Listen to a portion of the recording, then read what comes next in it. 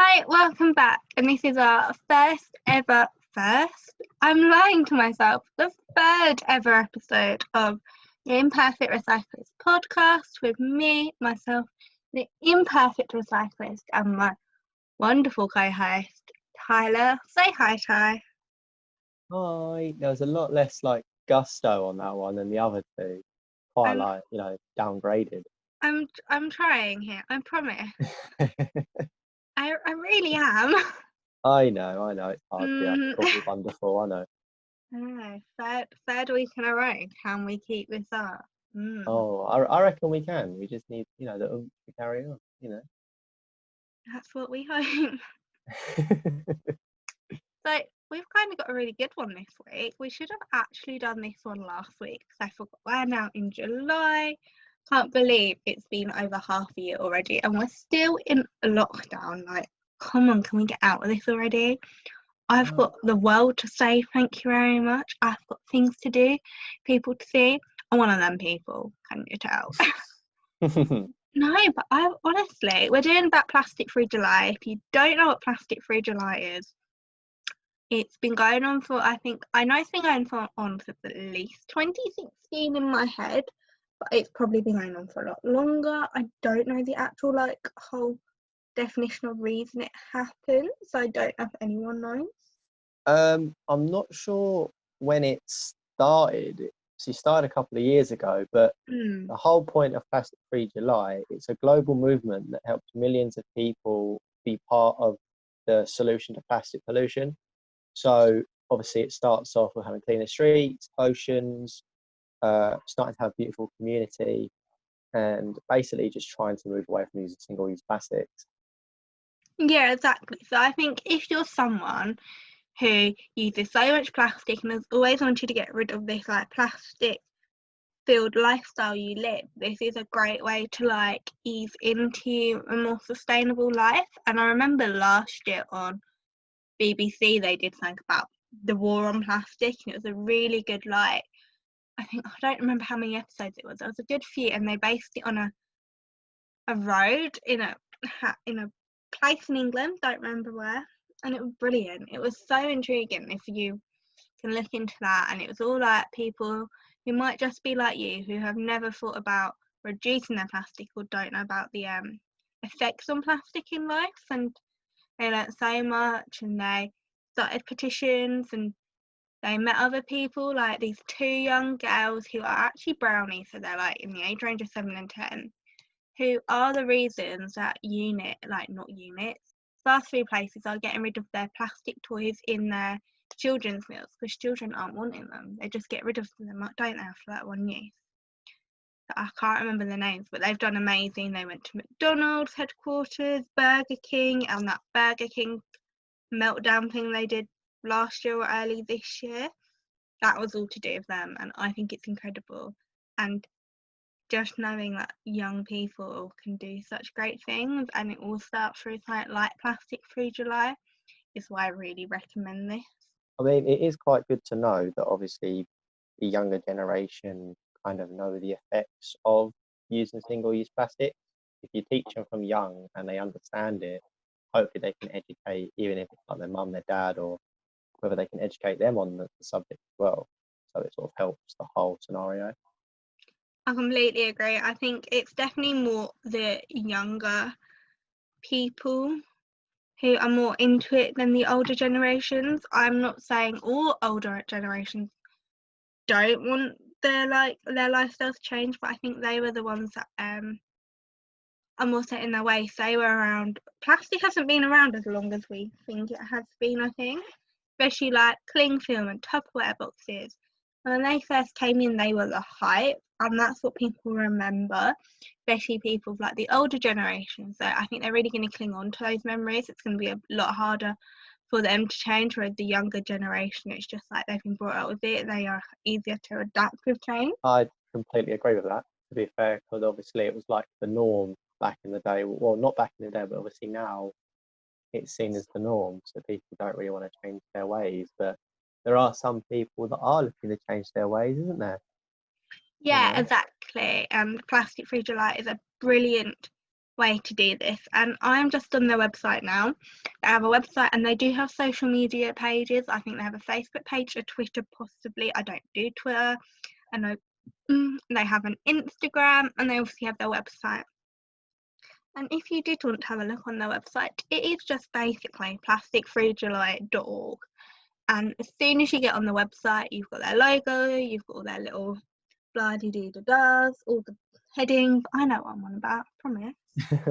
And you've got all about what Tyler read, your beautiful introduction to Plastic Free July. They've got a pesky plastic quiz. We did try doing it earlier. It isn't 5 minutes long. There is a lot of questions. Pre-warning. So basically the whole thing about Plastic Free July is to get people to reduce their plastic, and it shows you simple ways to do it. And they've got lots of different, like if you scroll really far down on their page towards like the bottom, they've got all these different things that all different ideas for you for all your different needs. So you've got getting started, if this is like a completely new thing to you.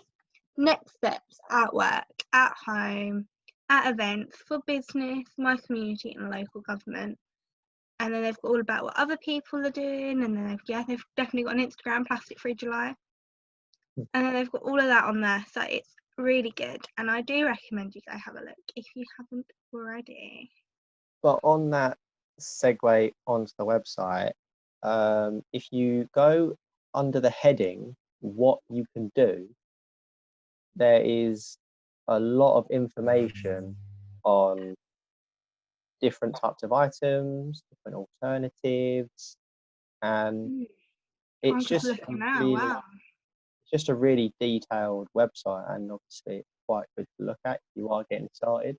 And obviously it's little things that you can do. So I'll start us off. It says take away coffee cups. Now I was awful with this sort of stuff, going to McDonald's, going to KFC. It wasn't even just coffee cups, it was just the non-recyclable cups. So you know, the ones you get in every takeaway that's like pumpkin and fizzy and that. I was terrible with them. I was absolutely awful. I'd pick one up, I'd love it, it's amazing, but I would never think of the effect of it. So under takeaway coffee cups, it says as an alternative, bring a reusable coffee cup or dine in at your local cafe. So obviously that would be your own reusable cup, which the baristas or the barrister, I'm not sure how it's pronounced. Barista, I think that's how you say it. That's the one. They will fill it up in that cup if you request it. They're now doing it again, I do believe. They did stop over lockdown. They thought you could catch the virus by doing that. Don't ask me why. But they did. But no, I believe in certain shops now they are letting you take your own ones in again. So happiness is solved in the sustainable community for coffee cups. But there's another big one on your side, Tyler.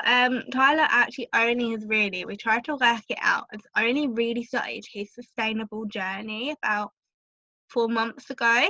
And honestly, you have done amazingly well in 4 months to give up what you have. And I am so proud of you for doing that. And I'm proud for anyone for even just giving up one thing, because it's a lifestyle change.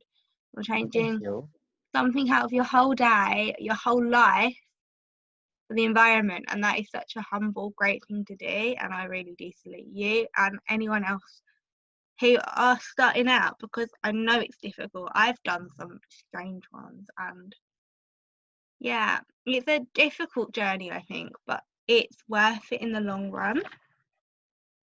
Yeah, I 100% agree that it is tough, but it is worth it in like future years. I believe it's definitely worth it. So Tyler, tell us about your water bottle struggle, because it was a big pain getting me to get you to change over from this. I remember me bugging you for like 2 months.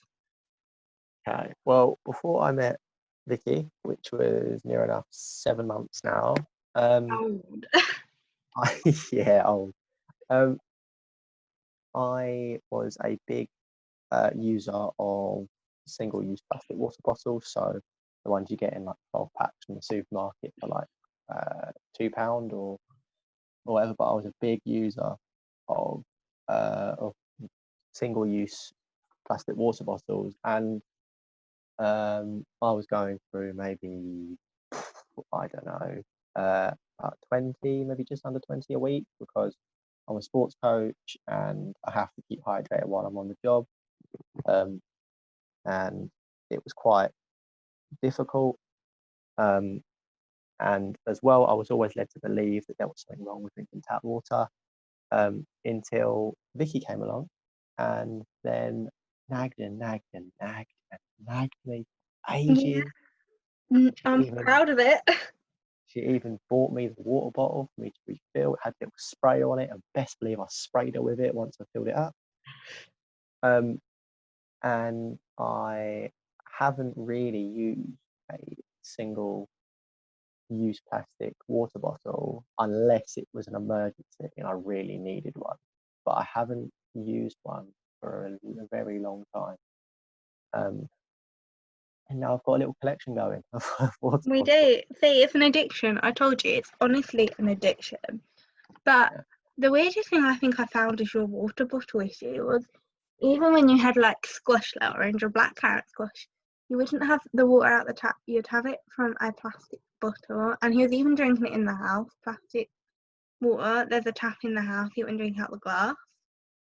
And it would be like bottled water and then the squash put in the bottle. And I thought that was like the most bizarre thing ever. Which, it's not normal, Tyler. I'm going to tell you that up straight.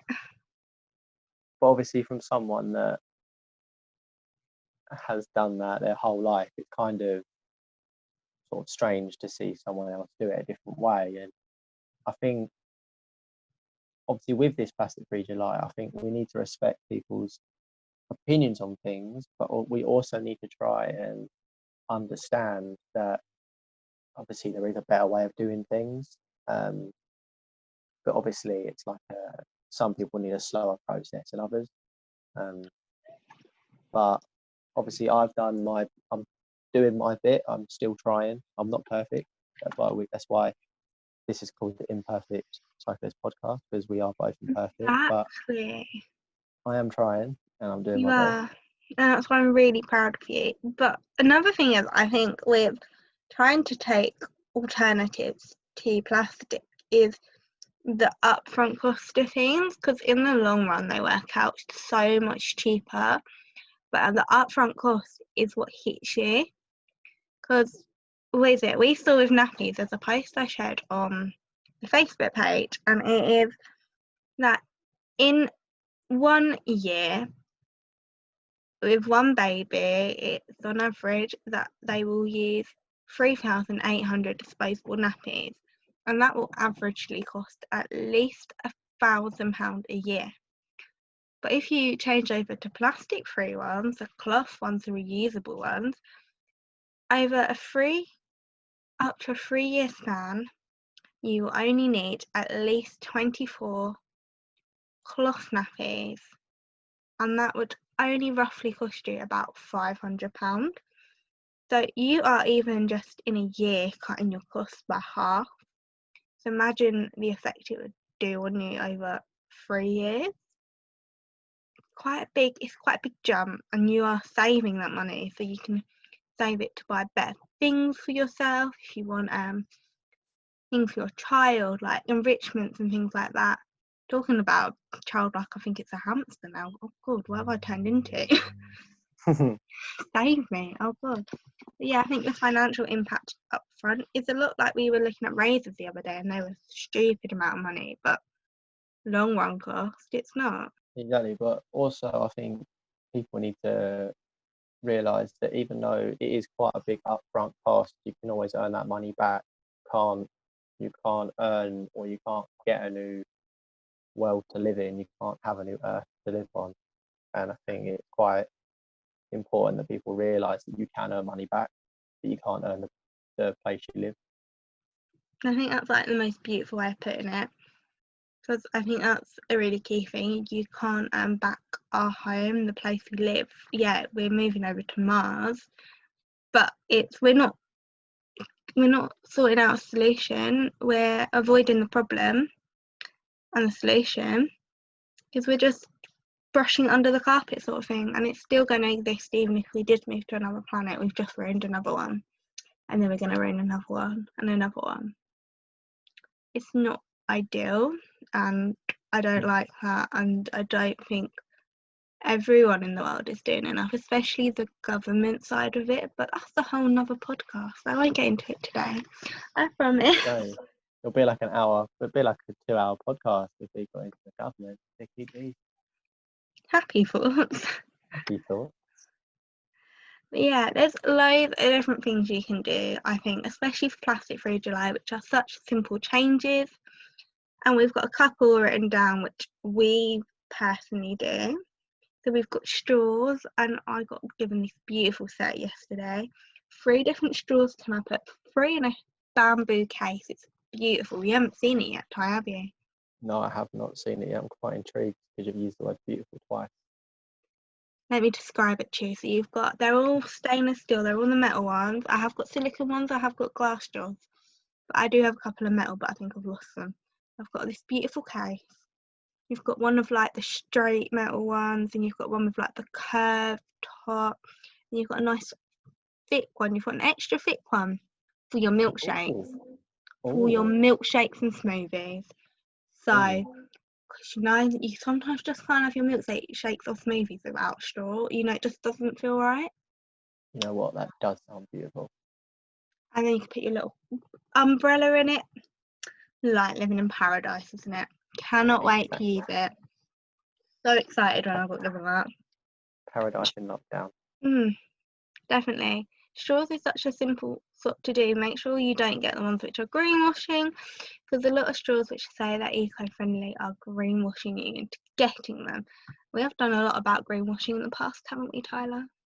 Exactly, but just for the people that may be tuned in today, greenwashing is basically where they are promising they are being eco by giving you an eco-friendly product, but then covering it in, which is doing as much damage as them basically giving you a plastic product. Oh, I love it. You always get so excited when we mention greenwashing, because you're like, I know that. It's like a little child in a toy store, like a candy shop.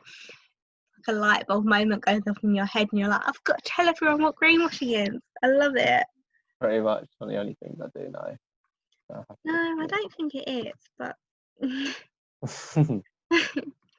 another one is refill shops, and refill shops, they're popping up a lot more now in local areas, and we've got one in our local area, and we have like a travel one in like a little van, and they come to where I live occasionally. Like they come every so often, like every few weeks, which is perfect because then it gives you enough time, then you'll need a new refill.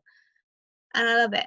And they're so friendly, the staff. We have got such a good friendship now, haven't we? Like bond going with them, our local one, because we just love the vegan sweets they do. They're the best sweets I've ever tasted. So true, so true. They're the best sweets, aren't they?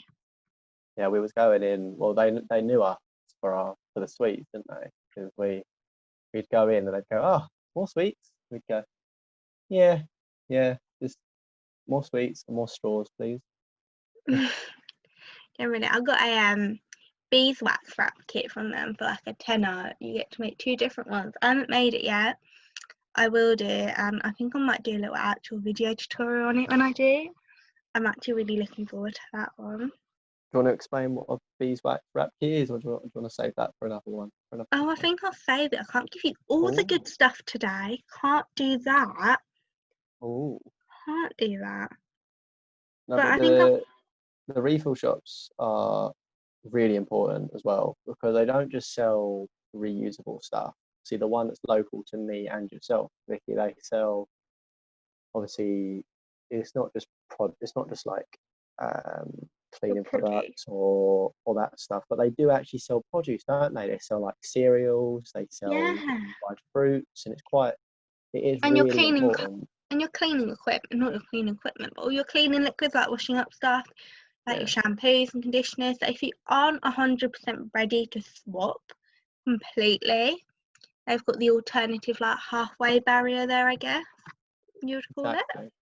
Yeah, just start off slow and take it from there.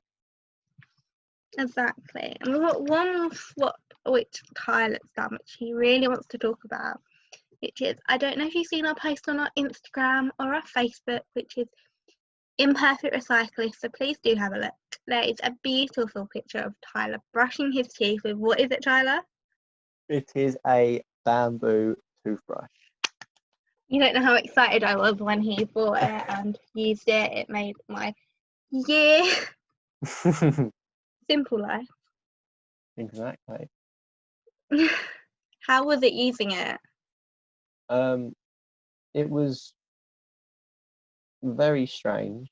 I mean, it didn't feel the same as an electric toothbrush because I've used a plastic normal toothbrush or plastic electric toothbrush for obviously near enough going on 21 years now. So using a bamboo one, which is plastic free, is very, very different to me. It felt very strange. It wasn't like something that it didn't feel normal, but I guess it will just take time for it to become normal, I guess, like anything else. And can I just say, the Aldi ones which we have are so much better quality in my opinion than the Colgate ones. The Colgate ones, in my opinion, I don't know if it's the way I brush my teeth, but the bristles are quite harsh on my gums and it makes my mouth hurt when I brush my teeth with that. But I think I probably have one more Colgate one somewhere in my room, but I'm on the Aldi one. Oh, they're so beautiful for my teeth, so gentle to my gums. They're like the kindest thing going. The thing is, I like the design of it as well, though, and it seems like a really solid toothbrush. It's not like no flimsy stuff. You aren't bendy or anything like that. It's full on bamboo, which I think is really good.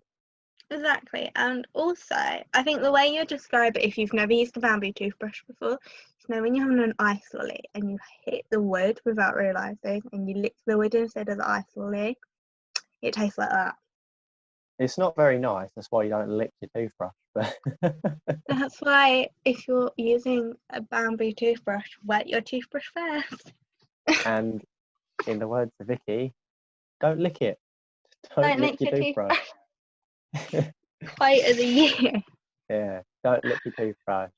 Vicky 2K, I think. But if you want to take anything away from this podcast, it'd be don't lick your toothbrush. Don't lick your bamboo toothbrush. But remember, it is plastic free July, and you can make a pledge. We would love to know what you pledged to cut out your life this month. Mine, I think, might be. Oh, I don't know. I've cut out quite a lot already. But I think razors, I think I want to look into doing. We haven't spoken much about razors, but razors is the one I want to go for, to like a stainless steel bamboo one. But there are a lot of money, so I have to save up. I don't have any money left. Oh no. But I've got to save up. But I think that would be my next one. What would yours be, Ty? I think my next one might be it might have something to do with like squash bottles. So not buying like tons and tons of squash, maybe like because obviously it comes in a plastic bottle, I might buy a double concentrated rather than buying two single normal ones. Because then at least then it cuts down on that single use plastic. So just an idea, but obviously I know it's not perfect, but we are the imperfect recyclists, aren't we? I mean, I am. I don't know about you. Well, I'm definitely not perfect, put it that way. But No it's one just, is. yeah. But I think that's quite a big thing for me. Sort of keep cutting down until I just sort of can't cut down anymore, sort of thing. Exactly. It's going to take a while. I love that though. I honestly do, and I think we'd love to know your pledges, and we've made ours, and we hopefully will stick to them and actually achieve them by the end of this year, hopefully. Exactly. Fingers crossed. But I think we've had a brilliant podcast. I honestly love this one so much. I think we've really spoken about so many different items that you might have not heard of before using. And I definitely think next week we'll go further into different types of plastic-free alternatives. And there'll be a lot of my Instagram and Facebook of companies doing the same thing because it's plastic-free July. So we'll see you next week.